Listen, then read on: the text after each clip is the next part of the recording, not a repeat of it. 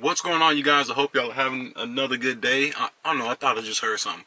I hope you guys are having another good day, bringing y'all some more content. So today's the day we're gonna go ahead and throw the Kenwood double din radio into the truck. I'm so excited right now. I'm looking at this old Pioneer and I'm like, man, it's time for this thing to go. It's done its purpose, and you know, it's just time to move on to the next one. There's nothing wrong with this one, just I want something newer. I'll probably end up selling this one for like $100 on Marketplace or something. So I know some of you guys might ask, what am I going to do with it? So with the installation of this video, what's really sweet is that I've already installed a double din into this truck before. So explaining how to do it, if you're trying to do it in your truck, is going to be super simple. I'm going to go ahead first and go over everything that I have in the back seat, and then I'll show you guys how to take off this front section. And then installing the radio is super simple. So if you never did it or you're kind of unsure, this is the perfect video for you, because I'm going to break it down Barney style, okay? I know a lot of you guys with the OE radio that came in the third gens, like what, I think it was like 2006 to 9. It had like the little funny, it wasn't a single din, but it wasn't a double din. They call it a 1.5 din, okay? What that is it has those stupid little circles on the side. I know a lot of you guys were wondering, how do you install a full-size radio with the radio like that? Well, when you get your mounting kit, it should come with a template so you can cut out. You're gonna have to trim. You're gonna have to trim around the plastic bezel, and once you do that, it'll all fit in really good. So let's go ahead and get this video started. If you enjoy it, please smash that thumbs up. It always helps the channel, and I appreciate you guys so much. Okay, you guys. So if you're wondering, first thing we got here is a reverse camera. I got this off Amazon for like 25 bucks. They claim it's IP69 waterproof. We'll see how long this holds up. If I get a year out of it, that'll be good for me. I'm not expecting it to last forever. I know these cheap backup cameras, aftermarket ones, they don't last long. Next, very important, is the mounting kit for the double din, okay? So if you have a third gen RAM like this that had that single, this will not work for the nav unit equipped ones from the stock. If you had the original one with the buttons and stuff, this is what you would need for your double din, okay? This is a Metra kit, and the part number is right there. If you're curious, that's the part number. Works on Ram trucks from 06 to 2010, okay? So we got that there. Over here, we got the Kenwood DMX 7706S, okay? This thing's dope. I can't wait to take it out, get it in. Oh, and I also bought some other stuff on the side. I got 2 wiper blades because my wiper blades are shot. And then at Advanced Auto, they have seafoam on sale for $6.98 a can, which is amazing. And you can always use brake cleaner. They have buy one get one free brake cleaners. So now what we're gonna do is we're gonna go ahead and go up here, pop that bezel out, and then we're gonna take this whole thing out, okay? So next order of business, you guys, is that if you want to get this off, super simple. First things first is you're gonna want to remove all of your anything plugged in. So go ahead, take this out. Next is super simple. It just pops out. I like to come up here in the top corner because this is the best spot for me to be able to get my fingers underneath. If you have one of those little panel tools, that works as well. You can slide it up under here so you don't damage your plastic. And you just go ahead and pull it, and it should pop out. Just like that, nice and easy. Now, don't go straight out with it because you're gonna have wires connected to the back of it, so you don't want to rip nothing or damage anything. But just take your time and work your way around, and just like that, she's free. Now, initially, you're gonna have not a whole lot of space to be able to disconnect your stuff, okay? Once you do that, you're gonna go ahead and disconnect all of your connectors on the back side, and then she'll be free. So I'm gonna go ahead and do that right now. All right, you guys, so I went ahead, I got this out of the way. Now, I didn't take all of the wires out just because it's a pain in the ass taking all of them out. So what I do is I'll take enough out to where I can just let it lay down, and then it's out of the way, so we're good. I also went ahead and popped off my bezel. So if you look on the inside here, all it was just a couple of little clips, or I don't know, tangs if you call them, little tangs that stick in there. And then here, if you look at my OE, my dash bezel, you can see here the circles are here. But if you look closely, you can see, one second, let me zoom in. You can see where I trimmed that. Y'all see that? Okay, so you have to do a little bit of trimming if you're gonna make this kit work, just to get it to fit right. Nothing crazy, but just a little something, okay? So now what I'm gonna go ahead and do, I'm gonna go ahead and take off, make sure my wires are good. Go ahead and take off the whatchamacallit, the radio. And all it is, if you're looking, it is for, I'm pretty sure the size is like a, it's a Phillips head, but it's also like a, so I found it now. So now what I'm gonna go ahead and do is just unscrew them, take these out, and I'll save these because you're probably gonna end up using them again.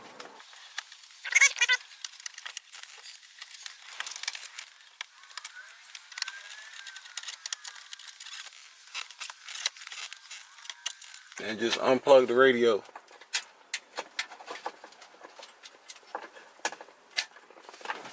Now she's out. Alright guys, so check it out. This is my new, or my old wiring harness, okay? I know it's ghetto, it's electric tape. It worked fine. I do have butt connectors, not butt connectors, crimps, like this red one I'm gonna be doing for the new harness. So I'm gonna pretty much remove this. Now this looks like a giant rat nest, but it really isn't. All it is you pretty much take the colors from your wiring harness for the back of the radio, all the colors, and then you match them with the colors on your factory harness, and that's it.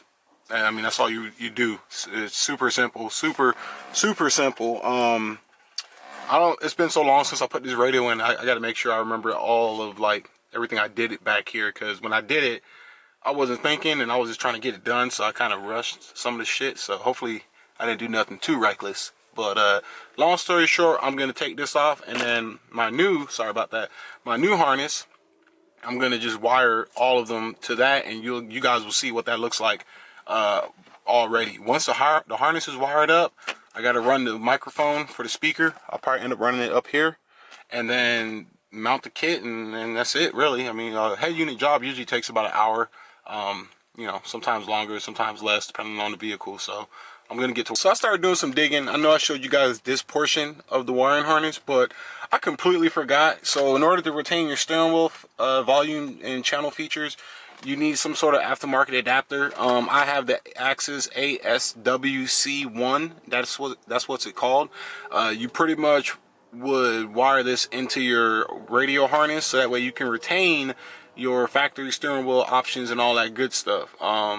So I gotta kind of see where, actually no, it would be good. Yeah. I have to see, because every brand, the way this works is every brand radio has a different wire combination you have to do. So for a Pioneer, it was like a certain wire color. I'm assuming, I don't even remember, it's been so long. But long story short, I got to go on their website, look up what color code it is for a Kenwood, so I can, because I'm going to have to reprogram this to the new radio, because it won't work for the current one, or it won't work for the Kenwood. I know what I'm saying. So I'm going to go ahead and do that, and then I'll show you what I'm working with, okay? Guys, so while I was working on this, I finally got my recollection, my thoughts back, okay? So, what we have here, that is the Chrysler, the amp turn-on box, okay? So, pretty much, if your vehicle is equipped with the factory amp, you need some sort of adapter to be able to turn it on still, even with an aftermarket radio. If you get a regular harness for a vehicle equipped with an aftermarket amp, it ain't gonna work. All right, you're gonna turn the key and it's just gonna stay dark and black. So I had to buy this piece. This is also made from Access. So that's the model number, CHTO TAC 01. You can see what year it's for. This is what will turn on the amp. So as you can see up here, let me zoom out, that gray plug back there plugs into the original OE plug, which is right here. So that's your fucking camera. That's the OE plug right here. This is the aftermarket plug that plugs into it. One portion of it right here plugs is what you would wire into your new radio harness, okay? So the aftermarket one. This box is for the steering wheel control, the Axis one. This gets wired up. These are made to work seamlessly together. So this would get wired up into the new one, into this guy, and into this guy. I'll show you guys how I wired it on my vehicle once we're done for my specific radio, okay? Yo, what y'all think about my light setup? Check this out. It's already dark out here. This is how long I've been wasting on this. So everything is wired up. It works. I know I told you guys the last thing I was going to show you was of me when I rewired the new harness. Here it is, okay? I had to call the company Access for the steering wheel control module because I couldn't figure it out for the Kenwood. The instructions were vague, so I called him. He helped me out. I had to go. Long story short, if you ever got one of these Axis ASW1 or WC1 modules, you need to make sure you have this. If you have a Kenwood head unit, Kenwood specifically, they need this. And what you would do is you would connect the Kenwood steering wheel control. I know it's hard to see because my lighting sucks, but forgive me. You need to connect that blue and yellow wire to the solid brown on the pigtail harness going into this. After that, all you do is turn the key, bump the volume up button until the lights turn red, and you're good. So steering wheel is connected to the radio. Just finished running. This wire right here is for my mic. This is not permanent. I put the mic here just because I'm like kind of pressed against time. Let's see if I can get you guys, see if that helps out. You can see the mic right there. It's connected to the bottom of the glow shift gauge. It's not going to be there permanently. I just put it there because I'm trying to get this done. Everything's hooked up. I'm probably going to leave the USB cable back here because I don't use this for nothing. Actually, no, I might have to route it because I believe if I want to mirror link it the way I want to, I'm going to need this. So, yeah, I'm going to have to route this too. And, yeah, it's been eventful, but it's getting done. The thing that took the longest was the backup camera. I also got the backup camera hooked up too, by the way. It's simple, but just takes time, I guess. I don't know. All right, you guys. So what I'm going to do now is I'm going to ungurgitate all of this back into there. I don't even know if that's a word. I'm going to put it back in there, unhook the radio, get the mount, put it on the radio, put the radio in there, or connect everything inside once I put the trim back in, and then you guys are going to see the end product, okay? Hey guys, so I was getting the mounting bracket on, okay? So it's pretty simple. On the side, so for our trucks, you don't need this cage. That cage is for other vehicles. You don't need that for this truck, okay? The cage is just so that way you can easily remove and install. You can lock it in place, long story short. So you can lock in where you want the radio to sit in and out and stuff like that, you know what I'm saying? But we don't need that for our truck. We can adjust it from here because these 4 screws are going to screw on to these four screws here, okay? Where I'm at, yeah. They're going to screw on there. What else was else? Yeah, so you just got to play around with it for your head unit. The instructions tell you exactly step by step how to install it. End result will look something like that, which I think looks really clean. Use the screws, so on the side when you're screwing it in, use the screws that came with the radio, not another radio. Reason being is because every radio screw length is specific to that radio.